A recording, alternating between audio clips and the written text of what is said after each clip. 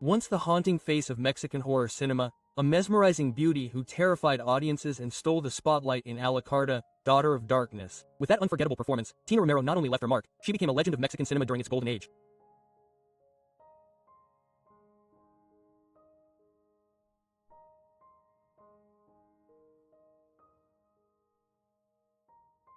But behind the acclaim, the cult fame, and the dark eyeliner, there was a woman whose real life would take an even more tragic turn than any of the films she ever starred in. Today, Tina Romero is almost 80 years old, and although she was honored at the Monterey Film Festival, many are unaware of how much she has endured since rising to fame. So what happened to the woman who once dominated the screen? How did a celebrated horror icon end up fading into pain and oblivion? And why do some say A la Carta not only changed her career, but her entire destiny? Let's uncover the chilling truth behind Tina Romero's rise and her silent, sad fall. To truly understand the sadness that surrounds Tina Romero's life today, we must first look back at her extraordinary and often overlooked journey.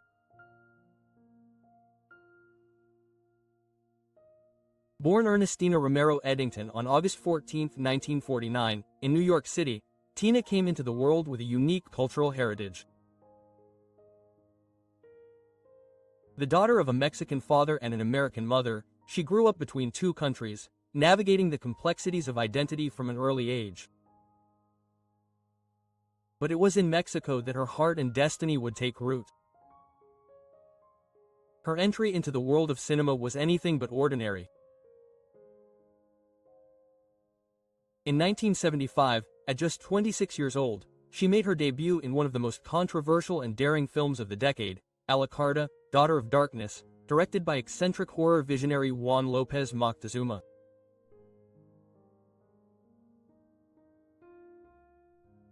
The film, loaded with graphic depictions of Satanism, sexual liberation, and institutionalized repression, shocked audiences and outraged conservative critics. A la Carta was quickly censored by many outlets, condemned for its taboo subject matter. But what had once made it banned would eventually make it immortal. The film achieved cult status, and Romero's intense, magnetic performance became a cornerstone of Mexican horror's legacy. Her performance was so compelling, so raw, and so unsettling that some say it forever changed the way audiences viewed her, and perhaps the way she viewed herself as well. In 1976, still buoyed by the notoriety of A la Carta, Tina continued to make bold choices. She starred in Chin Chin El Torocho, a gritty urban drama based on the novel by Armando Ramirez. Directed by Gabriel Reitz, who would become her husband, the film further cemented her position in serious, socially conscious cinema. On set, she shared scenes with Carlos Chavez and Jorge Bell, bringing to life a realistic neighborhood story that contrasted with the gothic fantasy of her debut. That same year, she appeared in what would become another milestone in Mexican cinema, Los Pacuanchis, directed by Felipe Cazals. The film was inspired by the chilling true story of the González Valenzuela sisters, infamous for their involvement in kidnappings, forced prostitution, and multiple murders. Romero starred alongside legends such as Diana Bracco, Maria Rojo, Manuel Ojeda, and Gonzalo Vega, in a film that left audiences shocked by its disturbing realism. Interestingly, Los Pacuanchis is often mistaken for an adaptation of the novel Las Muertes by Jorge and Barguengoitia. In reality, both works are inspired by the same case, but the film was written and directed independently. Another prolific project from that same year was El Año de Teresa, in which Romero once again took on the lead role. Accompanied by Alma Muriel and Jorge Martínez de Hoyos, Tina brought emotional depth to a character that once again tested her dramatic range.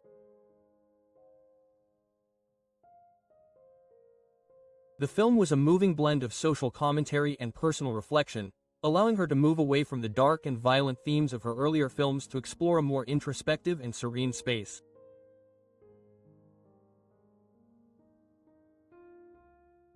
Tina Romero's career in the late 1970s and early 1980s reveals the breadth of her talent and her unwavering commitment to meaningful and challenging roles. In 1977, she appeared in two separate productions that reflected her growing range as an actress. The first was La Casta Divina, a historical drama directed by Julian Pastor, set in early 20th century Yucatan.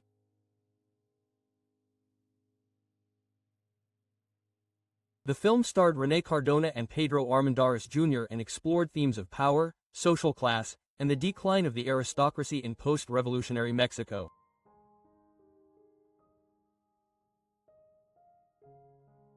Although Tina did not play the lead role, her presence in the cast further cemented her status as a versatile performer unafraid of ambitious material.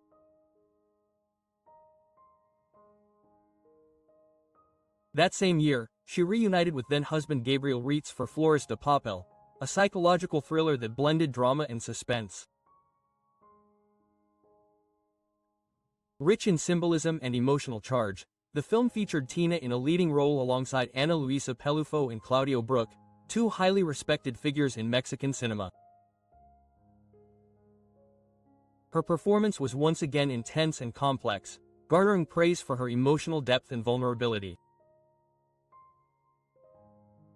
By 1979, Romero maintained a steady pace of work with two more productions. The first, My Lovely Horse, was a more intimate and understated film that is little known today but notable for its experimental tone. The second, Bandera Rota, once again cast Tina in a central role, this time opposite Manolo Fabregas, one of the most revered actors in Mexican theater and film. The film tackled themes of political disillusionment and national identity, resonating deeply with audiences during a time of cultural reflection in Mexico. Tina's career took a significant turn when she began to gain international attention. In 1980, she appeared in two notable films, Estampas de Sor Juana, a period piece that paid homage to the life and legacy of poet and intellectual Sor Juana Inés de la Cruz, and Las Grandes Aguas, a story of survival, environmental conflict, and community resilience.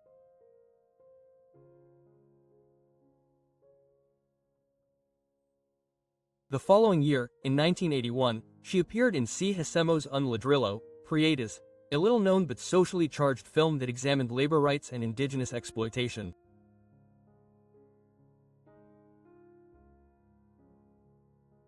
Then came 1982's Ultima Paranda en Acapulco, a bittersweet commentary on decadence, fame, and the fading glamour of seaside luxury.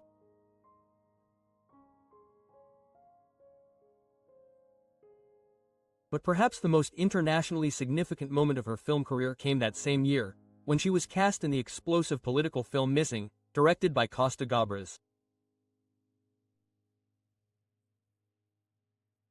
Shot in Mexico, the film chillingly dramatized the real-life disappearance of American journalist Charles Horman during a military coup in Chile. Romero joined an extraordinary cast, including Jack Lemmon and Sis Spacek, in a role that brought her into the circle of Hollywood's most recognizable stars.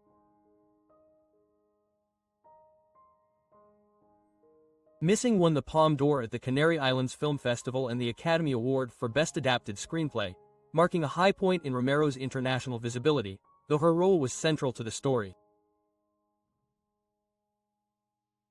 Despite her growing international success, Romero never abandoned television. In 1992, she was nominated for the prestigious TV Novelas Award for Best Supporting Actress for her role in the telenovela Cadenas de Amargura. Throughout her long and notable career, Tina Romero balanced film and television with an elegance that few of her generation could match. While she was best known for her powerful roles on the big screen, her contributions to the small screen were equally enduring. Tina began exploring television in the early 1980s, bringing her emotional depth and stage presence into the homes of millions.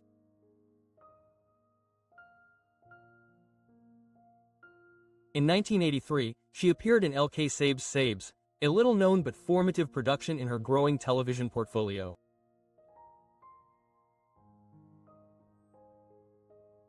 By 1988, she was part of the cast of Casos de la Vida Real, the influential anthology series created by Silvia Pinal that dramatized the real-life experiences of Mexican women.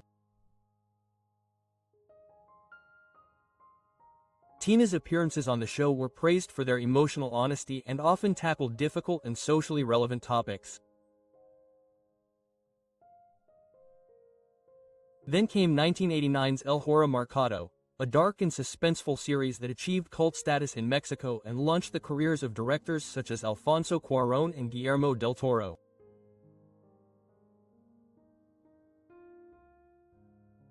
Romero's role in this unsettling, Twilight Zone-style series added yet another genre to her growing list of on-screen triumphs.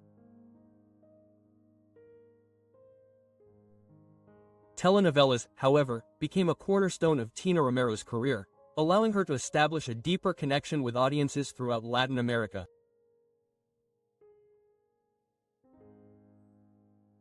She starred in a wide variety of productions over the course of 4 decades, beginning with Santa in 1978, a modern adaptation of Federico Gamboa's classic novel.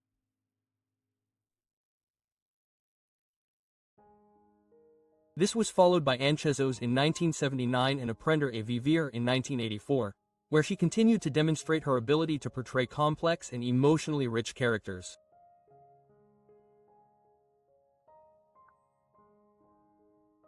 In 1989, she took on one of her most unsettling roles in La Casa al Final de la Calle, a dark and suspenseful series notable for its somber tone and psychological tension.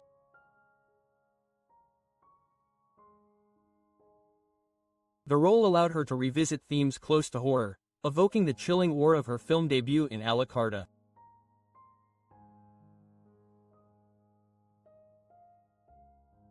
In the late 90s, she won over a new generation of fans with Rosalinda, 1999, one of the last great global telenovelas of the era where she shared the screen with Talia.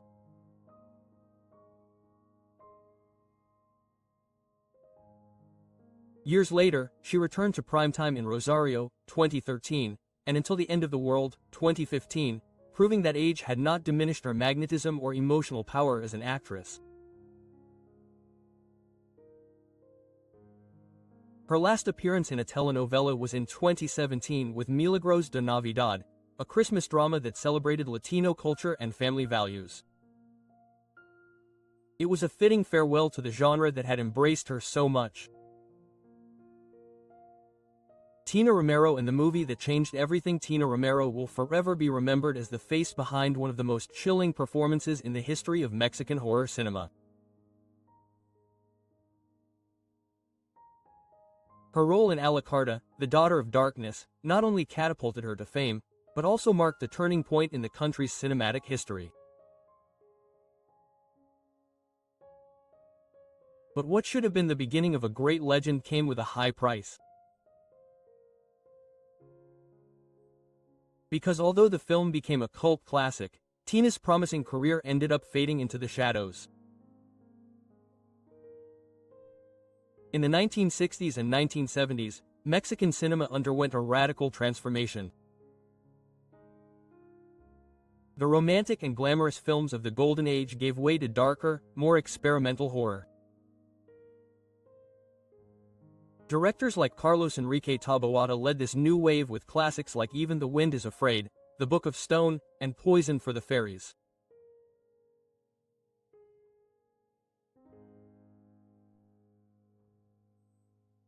These psychological and disturbing stories introduced a new language of fear into Mexican culture, and then Juan López Moctezuma came along with a film that broke the boundaries even more, A la Carta, 1975. With demonic rituals, satanic possession, lesbian subtext, and non-exploitation horror, the film was shocking even by today's standards.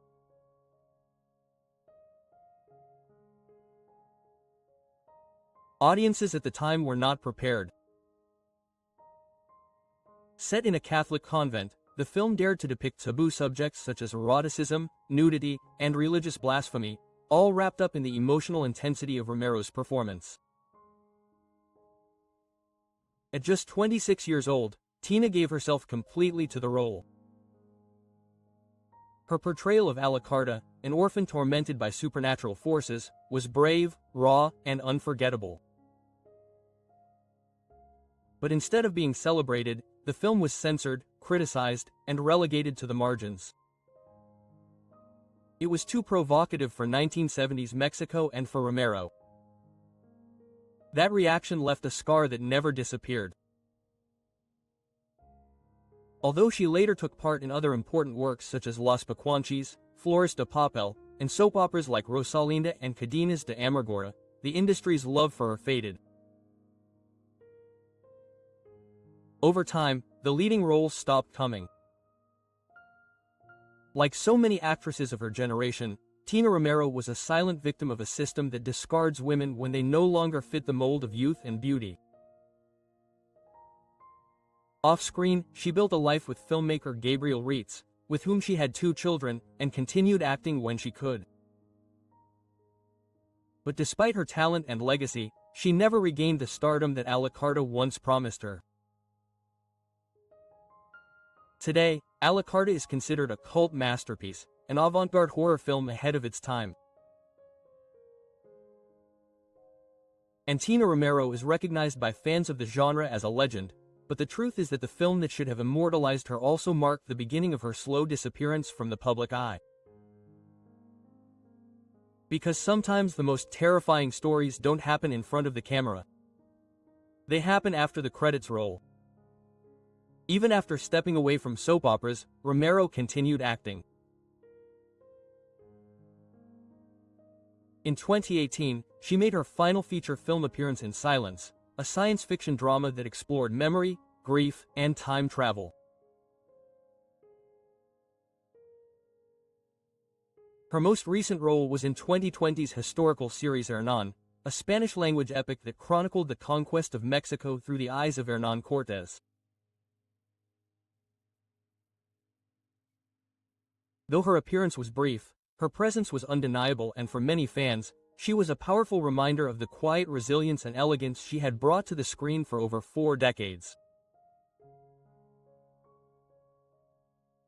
Today, at age 75, Tina Romero lives on and is cherished by generations of admirers. Although she no longer appears regularly in public, her legacy continues to resonate. Tina Romero honored for the first time in 50 years in film in 2023. After an extraordinary career spanning 5 decades, actress Tina Romero was honored for the first time with a tribute that moved her to tears.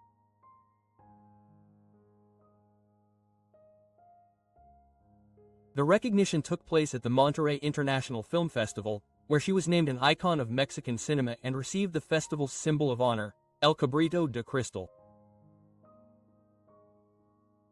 The moment was deeply emotional. As Romero sat in the auditorium of the Center for the Arts, a retrospective video of her career played on the screen. By the time she took the stage, she was visibly emotional. "I dedicate this tribute to my father Javier Romero, who was a publicist, to my mother, who was a painter, and to my children," she told the audience. "My father was so proud that I became a Mexican actress." Clearly moved by the gesture, she added, "This is my first personal tribute and it means so much to me. I feel honored to be here in Nuevo Leon.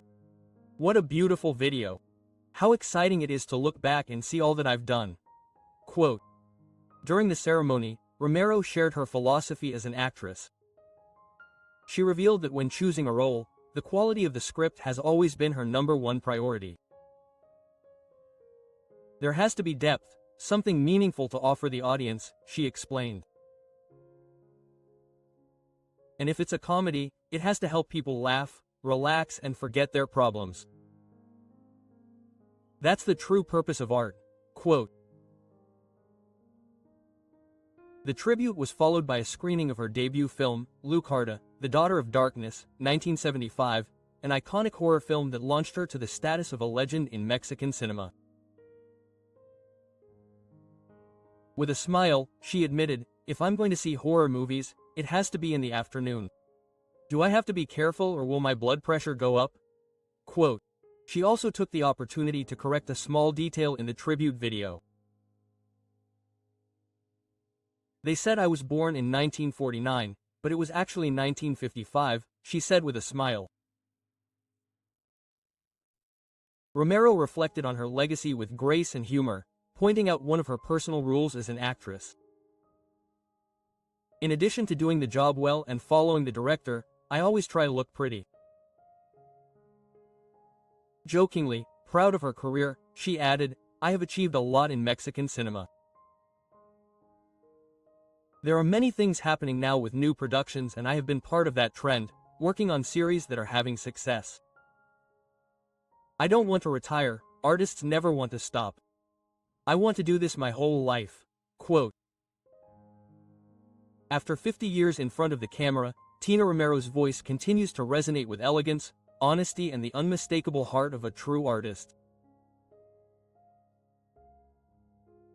Tina Romero recalls a life marked by passion, cinema and fearless roles. When Tina Romero thinks about her path, it all began with childhood candies and dreams. As a child, she would write short plays and give candy to the children in the neighborhood so they would act it in them.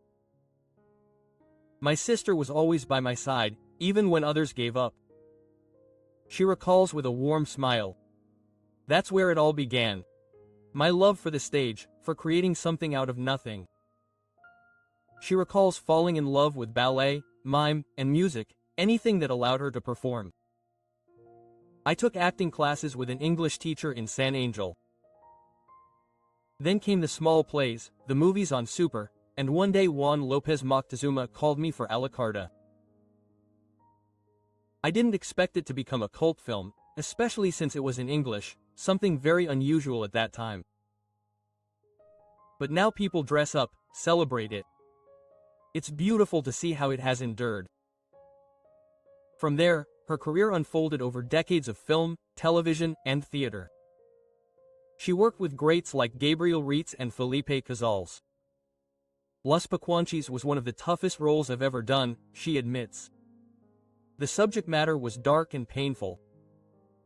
I remember coming home emotional after filming, but the script was powerful. Acting, no, was free of challenges." She was thrown off horses, thrust into violent scenes and had to fight to be taken seriously as she aged out of leading roles. "But I never let that stop me," she says, "this is what I love. I've always said, listen to the director, do the work and never let anyone dampen your passion." Her father, Javier Romero, was a publicist and her biggest fan. "He warned me it would be hard, but he was proud. My children understood that too. They knew their mother did something that gave her life." Now, decades later, she finds joy in comedy. "At first, I wanted to show human suffering. Now I want to make people laugh. That's the beauty of art. It changes with you." Quote. Looking back, she offers a message to young artists. Have more than one passion. Don't let age or doubts limit you. If you want it, go for it. You can always start over. I did. Tina Romero's path is one of passion, resilience, and transformation. A career that began with children's films and progressed to unforgettable cult classics like A la Carta. Although fame eventually gave way to fewer roles and quieter years, her spirit never faded. At almost 80, she remains a living legend of Mexican cinema, even as the spotlight dims and the industry often forgets its pioneers. But what do you think? Do you think this Tina Romero deserves more recognition today for the legacy she's built? Let us know in the comments. And if you want more stories about forgotten icons, timeless talents, and the emotional truths behind the screen, don't forget to like, subscribe, and hit the bell.